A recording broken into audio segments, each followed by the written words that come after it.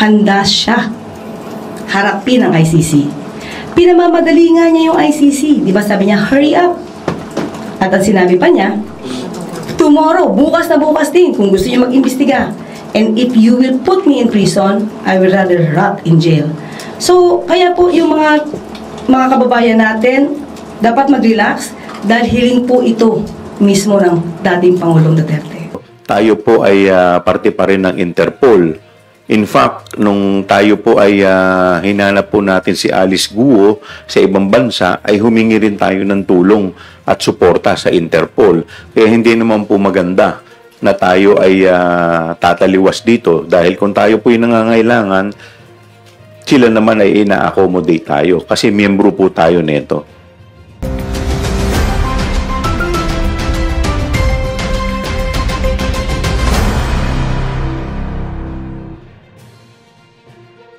Sa ngayon, nananatiling rumors pa rin to dahil wala pa naman talagang nagkukumpirma kung talagang meron na warrant na na-issue. Dun sa ICC issue, sabi po kasi ni PCO Secretary J. Ruiz, we've heard that an arrest warrant has been issued. Doon nasabi nyo nga rin po na we're waiting for the final confirmation. And sabi nga, the government is prepared for any eventuality. Malacanang nga has assured cooperation with Interpol if the ICC issues an arrest warrant. Ano pong masasabi nyo dito nga sa palace statement na ito? Well, kung totoo nga po na meron po kasi tayong legal and diplomatic obligation na dapat po nating sundin. Kung hindi po ako nagkakamali, bagamat hindi tayo winidraw na natin ang ating membership sa ICC, pero tayo po ay parte pa rin ng Interpol. In fact, nung tayo po ay hinanap po natin si Alice Guo sa ibang bansa, ay humingi rin tayo ng tulong at suporta sa Interpol. Kaya hindi naman po maganda na tayo ay tataliwas dito dahil kung tayo po ay nangangailangan, sila naman ay ina-accommodate tayo kasi miyembro po tayo nito. Sir, balik lang ako dun sa nabanggit nyo kanina na magkakaproblema kung matuloy nga tong warrant of arrest ng ICC. Delay ba, sir, yung nakikita nyong problema or ano exactly po yun? Well, titignan natin kung ano yung... Kasi ngayon nga pong walang ICC, marami na pong pinapile na kung ano-ano yung kabila na mga sa aming paniniwala ay mga legal maneuverings. No? So kung magkakaroon ng ganito, so I'm sure gagawa na naman sila ng mga another mga legal maneuvering. So, antay na lang natin. So, bukas siguro, baka maging topic din namin kung ano yung mga possible na mangyayari because of these rumors kung sakasakali. Sir, in case nga ipatawag siya dun sa ICC at hindi siya maka-attend dito, possible ba na through video call na lang siya, video conferencing siya kung kailangan niya rin magsalita dito at magsabay? Papayagan nyo ba yun if ever? Pag-uusapan namin siguro. Follow up lang po doon kasi may statement din po si FPRRD doon sa Hong Kong po the other day. And sinasabi niya regarding nga po doon sa drug war, no? Anong kasalanan ko? Ginawa ko naman ang lahat sa panahon ko para may konting katahimikan at mapayapa ang buhay ng Pilipino. Ang problema nito, ICC, ako daw yung pumapatay. Sir, mupurin po kayo doon sa Quad Committee. Any comments or regarding po dito sa kanyang statement? Well, unang-una, meron tayong tinatawag na rule of law. Pangalawa, kaya po siya nililitis ng ICC dahil nga po sa crimes against humanity kung saan libo-libo po sa mga kababayan po natin ang hindi nagkaroon ng pagkakataon na malitis. So at dito po sa kanila naging war on drugs, marami po ang mga naging biktima ng extrajudicial killing. So ngayon, hindi naman po lahat yan ay involved sa droga. Karamihan po dyan, puro mga kababayan po natin na mga nasa baba or mga miyembro po ng mga masasabi natin na talagang walang kalaban-laban. So kung talagang ang purpose natin dyan ay Dragon War, sa dami po ng mga nangyari. Parang nagkaroon po ng mass killing nung panahon na yon. So, ito po yung naging subject ng ICC.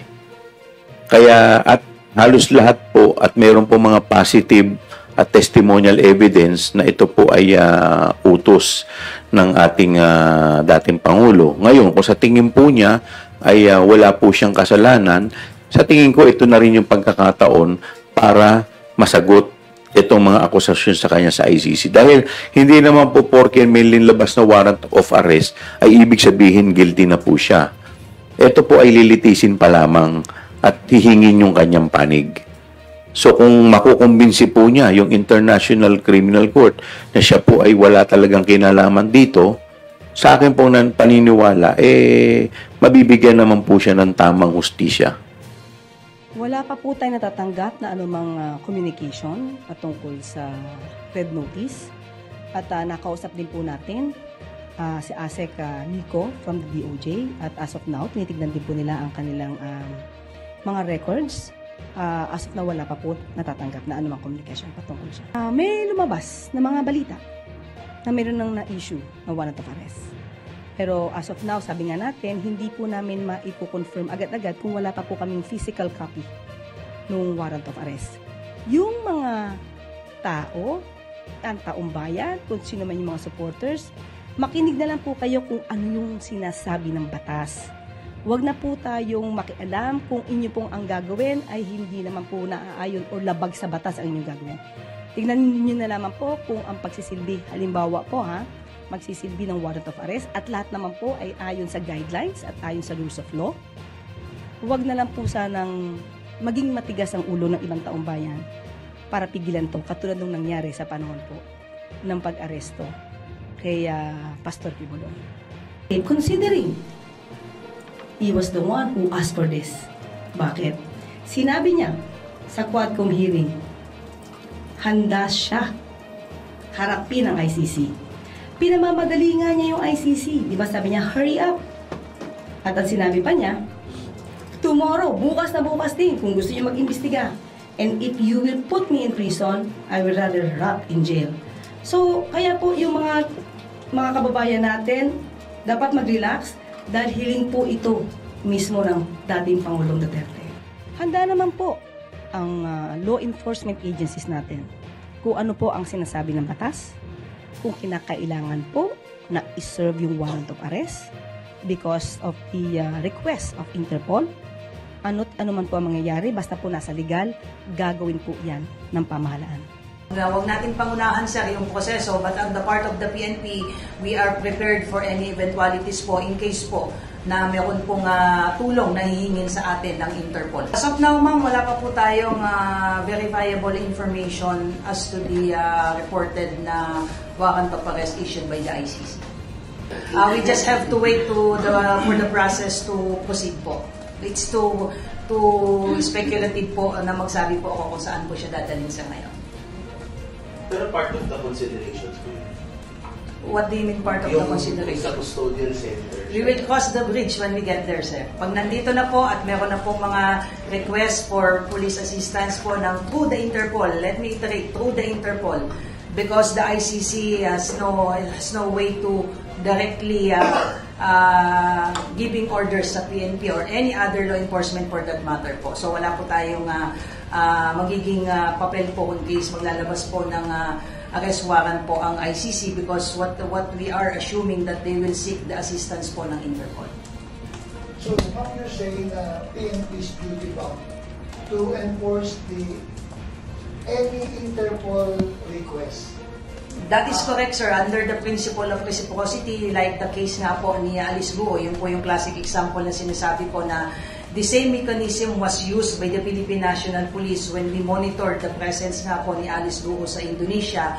Through the Interpol, we sought assistance through the Interpol, kaya po napabalik po siya dito, and nang bumalik po siya dito, doon po natin in-implement ang warrant. So if a foreign jurisdiction nga po ay mag-i-issue po ng arrest order against anyone, not only dito sa speculation na meron na pong in-issue against kay dating Pangulong Duterte, this only applies to everyone kapag ang foreign jurisdiction po ang nag-issue ng warrant at dadaan po sa Interpol mechanism, then the PNP is duty-bound to honor or accord the same courtesy just like they did sa party po ng Pilipinas.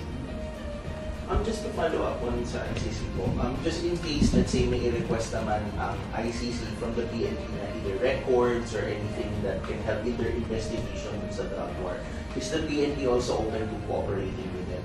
We cannot directly transact po sa ICC. We have to go through the proper channel po. Ano sinabi nyo kanina ang PLK prepared for any and all investigations? Ibig sabihin doon meron na talaga nakalatag ng plano. I know it's coming upon is may preparation. Pero meron na po pag-usapan kayo. Napapag-usapan po yan because may mga bali-balita nga po, but as to relate this doon sa mga sinasabing may mga 7,000 na readily or at least deployed na for purposes of serving this warrant, wala pa po tayo sa ganung estado. But syempre napapag-usapan po yan because we are hearing some news po. And the PNP is looking at the development with respect nga po dito sa possible issuance nga po ng warrant of arrest against the former president.